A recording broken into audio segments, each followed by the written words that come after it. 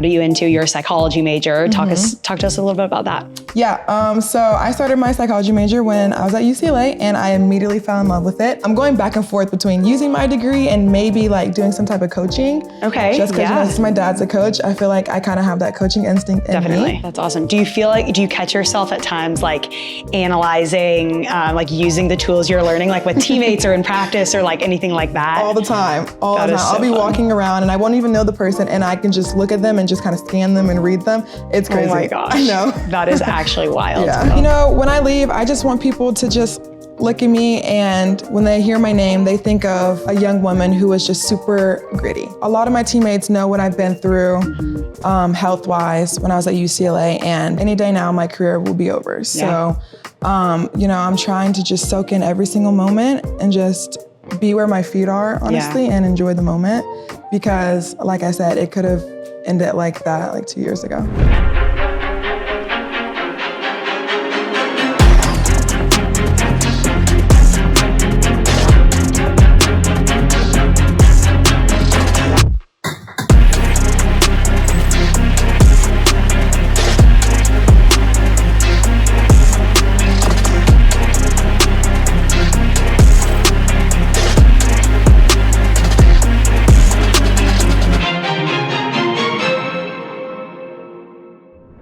Welcome to Beyond the Court, where we dive into the stories of powerful female athletes.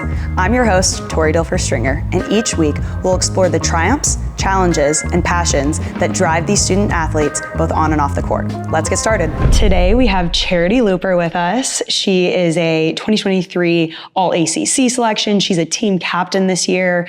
She was All-ABCA, All-East region, first team selection last season after 2 pretty amazing first years at UCLA. So thanks for being here, Charitie. Of course, thanks for having me. Yeah, I'm excited. Okay, so just tell us about Charitie's volleyball journey. You know, how'd you start? How'd you get here?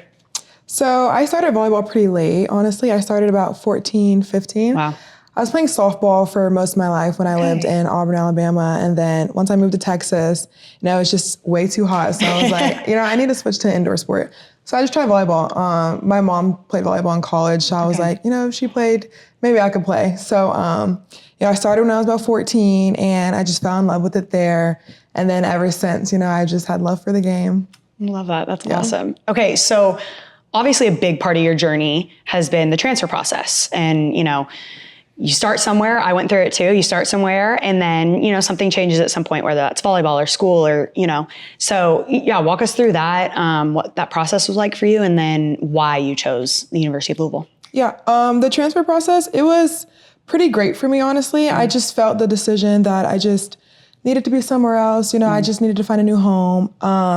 UCLA was an awesome program for me, and I do love that school. I missed the academics a lot. It was a great academic school. But, you know, I just fell in love with Louisville whenever I first started talking to Danny. I was like, she's a great coach. I've always wanted to play for a woman head coach. So I was like, you know, this is just a great opportunity to, you know, come here and play for her. And everything has just been smooth sailing from there. You know, like I said, I just wanted to find a new home, and California was great, but I really fell in love with the town of Louisville, the fans, you know, they love volleyball. Coming to a big volleyball program was my like number one thing. So, you know, I feel like that was an easy decision for me coming here. Awesome. I love that. Yeah, I felt the same. You just really feel at home, right? Like it's just, I think it's that Midwest feel a little bit, like people just love and support the university and especially women's sports. I feel like that was a huge decision maker for me. So I feel you on that for sure. Yeah. But okay, so you get here, you obviously make a huge impact right away. Your athleticism, I mean, your just mentality, it's contagious, you're fiery, I love it. So where does that come from? You're obviously competitive, a little bit sassy, I love it. But yeah, kind of just walk us like through Charitie's, you know, demeanor on the court, what's going on in your head? Yeah, I would say I have a different viewpoint of volleyball now. Since my uncle passed away, I got a tattoo for him. And every single time before the game when the national anthem is playing, I look down at the tattoo and I close my eyes and I kind of say something in my head before the game starts. You know, I'll tell him that I'm playing for him and you know, everything like that. So I think that is where all the fiery comes from. And, you know, I had a couple injuries from UCLA coming into Louisville. So having those injuries, it was just like a different impact on me personally. You know, a a lot of people who have injuries, it like affects them mentally, but I think I did have that affect me a little bit mentally, but it just made me stronger as a person. So, every time I look down, at my knee brace or I had a health injury as well coming from UCLA, I just look at that as, something that I'm just grateful for that I went through because it only made me stronger.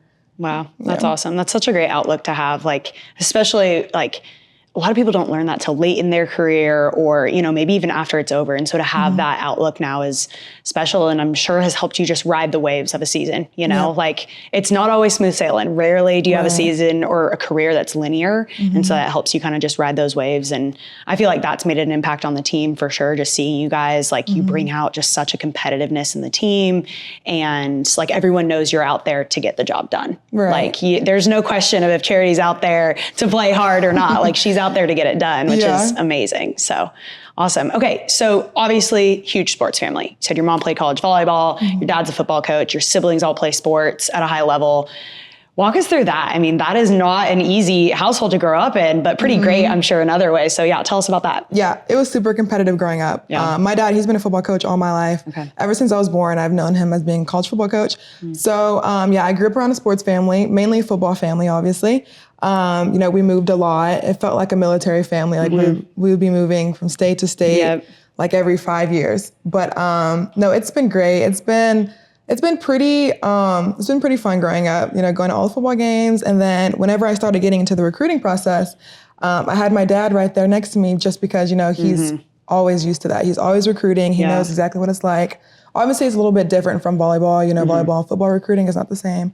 But, he still knew a lot about it. So I would always go to him, ask him questions like, hey, Dad, what are some questions, I could ask this coach or that coach? And, he always knew the answer to that. He would always type up little messages that I could send him just because, he knew.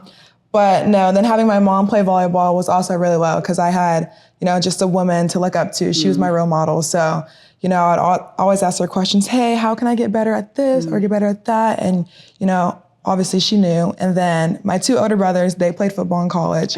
So that was amazing just to watch them. And then I have a younger sister who's playing volleyball right now. She's a freshman at Western Illinois. So it's just so bittersweet just to see her just, kind of follow in my footsteps is what I feel like. She always is looking up to me and asking me for advice now. And I just think that it's just so amazing to see that that I'm her role model because my mom was mine and I'm hers. So it's just so amazing to see that. That's so special. Dang. Okay, so going off of that, eyes are on you. You have your sisters and you've gotten to have an amazing example in your mom of a woman to look up to. Now you're playing for this just awesome female head coach.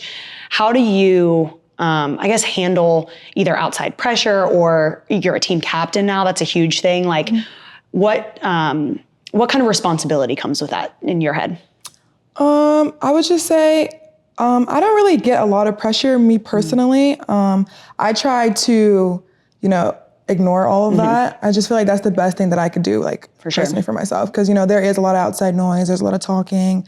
And I think people forget a lot that, yes, we're athletes, but, we're also humans as well. And that's something that I hear a lot of noise, not only with women, but men as well, football, a lot of people are talking bad about these athletes. And, at the end of the day, that's someone's kid and they're humans as well. And, football or volleyball is not our whole life, we have a life as well. So I just try to just ignore all that and just remind myself that, I'm a normal human just like you. So there's going to be some pressure. There's going to be some words that come with this. But, at the end of the day, I just got to remind myself just to keep being me, keep staying focused, and, they're just going to talk. Yeah, and having a sense of identity outside of volleybal is just huge for that. If you don't know who you are, then how are you supposed to ignore that? Or if you do accidentally hear it, see it, it's like, well, so tell us more about Charitie off the court. What makes you you? What are you into? You're a psychology major. Talk to us a little bit about that. Yeah, so I started my psychology major when I was at UCLA and I immediately fell in love with it. I just feel like I'm so good with reading people. I love it, yes. So I think that's why I fell in love with the major. And when I get done here with my career at Louisville here, I want to play pro for a bit. And then I want to start going to using my degree. I'm going back and forth between using my degree and maybe like doing some type of coaching. Okay. Just because my dad's a coach, I feel like I kind of have that coaching instinct in me. So I'm going back and forth between those, but I definitely want to play pro for a little bit here in the US. Yes. And then go into coaching or my degree. But my psychology major, I love it. It's just so interesting to me, honestly. Like every single new aspect of psychology that I learned, whether it's like with the mind or personality, you know, anything like that.